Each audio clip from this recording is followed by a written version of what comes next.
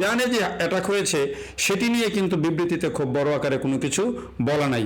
Israel এবং আমেরিকার বিরুদ্ধে কথা বলার আর কোনো কণ্ঠ অবশিষ্ট থাকলো না। মধ্যপ্রাচ্যের দেশগুলো কি ইরানকেই হুমকি মনে করছে কিনা পাল্টা, সেটা একটা বড় প্রশ্ন।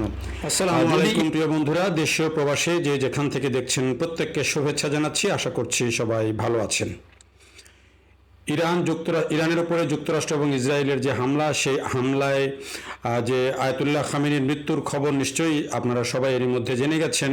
তবে একেবারে অল্প সময় আগের যে খবর সেটি হচ্ছে, জেরুজালেম পোস্ট জানিয়েছে যে সাবেক প্রেসিডেন্ট মাহমুদ আহমেদিনেজাদ, যিনি খুবই জনপ্রিয় ছিলেন ইরানের প্রেসিডেন্ট হিসাবে এবং যিনি প্রেসিডেন্ট থেকে অবসরে নেওয়ার পর তার যে খুব সাধারণ জীবনযাপন সেটি বিশ্বের বিভিন্ন গণমাধ্যমে রিপোর্ট হয়েছে, সেই একজন ব্যক্তি, এমন জনপ্রিয় একজন মানুষ, সাধারণ জীবনযাপন করা একজন মানুষ, তাকেও হত্যা করেছে ইরান এবং ইসরায়েলের বাহিনী এবং তিনি নিহত হয়েছেন এমন খবর এসেছে।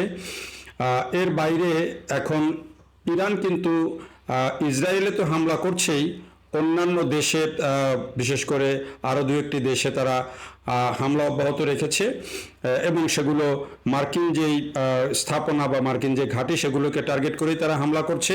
হরমুজ প্রণালীতে একটি তেলবাহী ট্যাঙ্কারে হামলা করেছে ইরান এবং হরমুজ প্রণালীর যেই এদিক দিয়ে যে গ্যাস এবং তেল চলাচলের যেই জাহাজ সেগুলো স্থগিত করে দেওয়া হয়েছে, সেগুলো চলতে দেওয়া হচ্ছে না। এই খবরগুলো আসছে বিভিন্নভাবে এবং কাল আয়াতুল্লাহ খামেনির যে জানাজা সেটি হবে আগামীকাল, সেই তথ্য দেওয়া হয়েছে বিভিন্ন গণমাধ্যমের খবরে। বিশ্বের যে বিভিন্ন গণমাধ্যমের খবর সেখানে বলা হচ্ছে সেই জানাজায় পরিস্থিতি কি দাঁড়ায়, কত মানুষ হয়, সে মানুষের প্রতিক্রিয়া কি হয়, এগুলো কিন্তু এখন একটা বড় হিসেব। এই কারণে মার্কিন যুক্তরাষ্ট্র, ইসরায়েল হয়তো কিছুটা দম নিচ্ছে আমার কাছে যেটি মনে হয় এবং বিভিন্ন বিশ্লেষণে যেটি পাওয়া যাচ্ছে।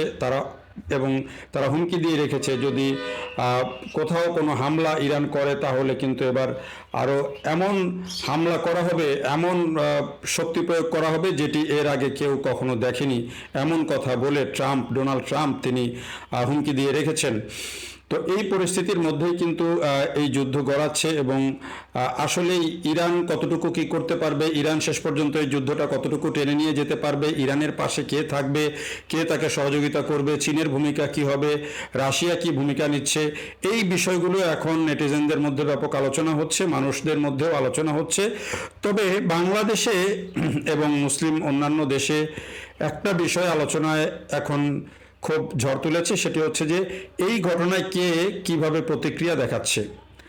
যেমন ওআইসি, মুসলিম বিশ্বের দেশগুলোর যে সংগঠন ওআইসি, সেই ওআইসি কিন্তু ইরানের ওপর মার্কিন যুক্তরাষ্ট্রের যে আগ্রাসন এবং মার্কিন যুক্তরাষ্ট্র যে গত 1.5-2 মাস থেকে প্রস্তুতি নিয়ে ইসরায়েলকে সাথে নিয়ে এই হামলাটা করলো এবং আরেকটা দেশের, স্বাধীন দেশের যেই সর্বোচ্চ ধর্মীয় নেতা তাকে যে হত্যা করলো, এটি নিয়ে কিন্তু তারা কোনো কনসার্ন বা তারা কোনো উদ্বেগ প্রকাশ করেনি।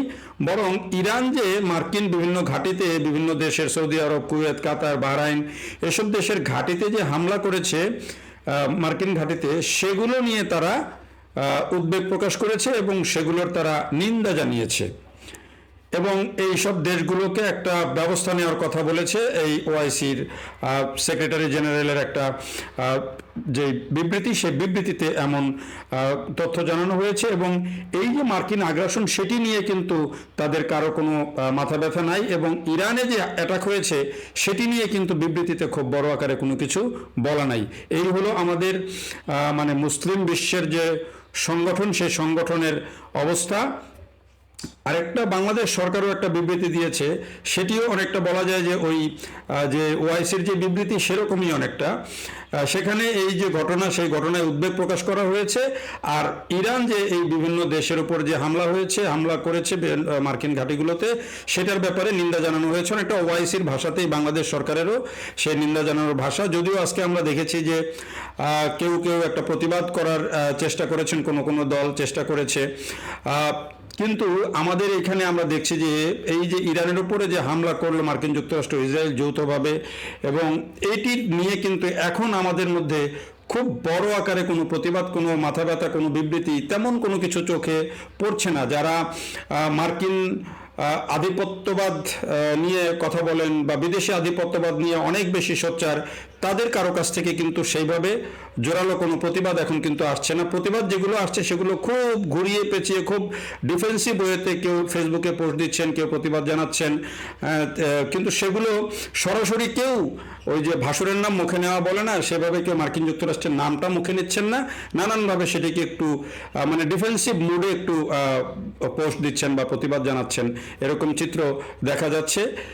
কিন্তু আমরা দেখলাম যে পাকিস্তানে মার্কিন দূতাবাসে ব্যাপকভাবে ভাঙচুর চালিয়েছে সেখানকার সাধারণ মানুষ, যেখানে দেখা গেছে ছবিতে যে আয়াতুল্লাহ খামেনির ছবি হাতে নিয়ে তারা কিন্তু ওই মার্কিন দূতাবাসে প্রতিবাদ স্বরূপ তারা হামলা চালিয়েছে এবং সেখানে 9 জন নিহত হওয়ার খবর পাওয়া গিয়েছিল, এখন আরও বেড়েছে কিনা জানি না। এটা হচ্ছে পাকিস্তানের অবস্থা। যদিও পাকিস্তানের সাথে আফগানিস্তানের আবার একটা যুদ্ধ চলছে এবং সেই ইরানের এই যুদ্ধের কারণে, ইরানের সংঘাতের কারণে কিন্তু পাকিস্তান আর আফগানিস্তানের যুদ্ধের খবর অনেকটা পেছনে পড়ে গেছে, সেটি নিয়ে মানুষ খুব বেশি আলোচনা করছে না। তো এই অবস্থার মধ্যে আসলে এই যে মুসলিম বিশ্বের যে দেশগুলো, সেই দেশগুলো এই ইরানের পদক্ষেপের পর যে নিন্দা বা যেই প্রতিবাদ জানাচ্ছে, এই প্রতিবাদটুকু বা এই নিন্দাটুকু যদি ইরানের উপরে যে আগ্রাসন সেইটার এগেনস্টে যদি একটু দিত, তাহলে হয়তো ইসরায়েল বা আমেরিকা একটু হলেও হয়তো ভাবতো যে মুসলিম বিশ্বের দেশগুলো যেহেতু ওআইসি সহ অন্যরা যেহেতু একটা তারা একটা প্রতিবাদ জানাচ্ছে জোরালোভাবে, সেই ক্ষেত্রে হয়তো একটু বিবেচনা করতো যে এইভাবে আরেকটা দেশে গিয়ে সরাসরি এই একের পর এক এই ঘটনাগুলো ঘটানো যায় কিনা। আসলে যেটি দেখা যাচ্ছে যে এখন পরিস্থিতি যেরকম, মুসলিম বিশ্বের বিভিন্ন বিশ্লেষণও যেটি আসছে যে মধ্যপ্রাচ্যের দেশগুলো কি ইরানকেই হুমকি মনে করছে কিনা পাল্টা, সেটা একটা বড় প্রশ্ন। যদি ইরানকে হুমকি মনে না করতো তাহলে এই যে মার্কিন এবং ইসরায়েল আগ্রাসন মধ্যপ্রাচ্যে এত এত ঘাঁটি, এগুলোর কেন দরকার পড়ে বা এগুলো কেন এখানে আছে, বা এই সবসময় যে মধ্যপ্রাচ্যের দেশগুলোতে এই ধরনের নজরদারি করে রেখেছে, এটি দিয়ে আসলে এই যে দেশগুলো, সেই দেশগুলোর যে নতজানু নীতি, সেই নীতি যে তারা প্রমাণ করছে। আর ইরানের উপরে যে মার্কিন আগ্রাসন, সেটির এগেনস্টে কোনো প্রতিবাদ না দিয়ে তারা যে বরং তাদের দেশের উপরে যে মার্কিন ঘাঁটির উপরে যে হামলা করেছে সেগুলোর যে নিন্দা, এর মধ্য দিয়ে আসলে বোঝা যায় যে আসলে মনে হচ্ছে যে ইরানের প্রতি তাদের এক ধরনের ক্ষোভ রয়েছে বা ইরানকেই তারা এক ধরনের হুমকি মনে করছে যে ইরানই বোধহয় এই অঞ্চলের জন্য বেশি হুমকি। কিন্তু এই যে মুসলিম বিশ্বের বলি বা মুসলমানদের যেই যারা এক শক্তিশালী নেতা হয়ে উঠেছিলেন, তাদের যেমন সাদ্দাম হোসেন, লিবিয়ার গাদ্দাফি, ইরাকের সাদ্দাম, কিংবা বাশার আল আসাদও, যদিও তাদেরকে নিয়ে অনেক সমালোচনা আছে, কিন্তু এই রাষ্ট্রের প্রধান যখন তারা ছিলেন তখন কিন্তু মানে এতটা ইমব্যালেন্স ছিল না। যে এখন কিন্তু এই যে সবশেষ যে আয়াতুল্লাহ খামেনির মৃত্যুর পর কিন্তু এখন মধ্যপ্রাচ্যে বলতে গেলে ইসরায়েল এবং আমেরিকার বিরুদ্ধে কথা বলার আর কোনো কণ্ঠ অবশিষ্ট থাকলো না, এটাই কিন্তু বাস্তবতা। এখন এরপরে আমেরিকা এবং ইসরায়েল কোন দেশকে টার্গেট করে আর কাকে এরপরে ধরে, এখন যারা হয়তো আমেরিকাকে মিত্র মনে করছেন বা ইসরায়েলকে মিত্র মনে করছেন, পেছন দিক দিয়ে সহযোগিতা করছেন, তাদেরকেই আবার নতুন করে টার্গেট করে কিনা সেটাও কিন্তু ভাববার সময় এসেছে। কারণ যেহেতু এখন সরাসরি আমেরিকা ইসরায়েলের বিরুদ্ধে কথা বলার শেষ কণ্ঠটাও স্তব্ধ হয়ে গেছে বা শেষ দেশটাও এখন বিপদে পড়ে গেছে, এরপরে যারা হয়তো এতদিন ধরে আমেরিকার সাথে নেগোশিয়েট করে তাদের সাথে চলে এসেছেন, এখন পরবর্তীতে তারাই আবার টার্গেট হন কিনা সেটি কিন্তু একটা দেখার বিষয়। আসলে মধ্যপ্রাচ্যের পরিস্থিতি কোন দিকে যায় সেটি এখন সবারই একটা উদ্বেগের বিষয়। দেখার জন্য সবাইকে অনেক ধন্যবাদ।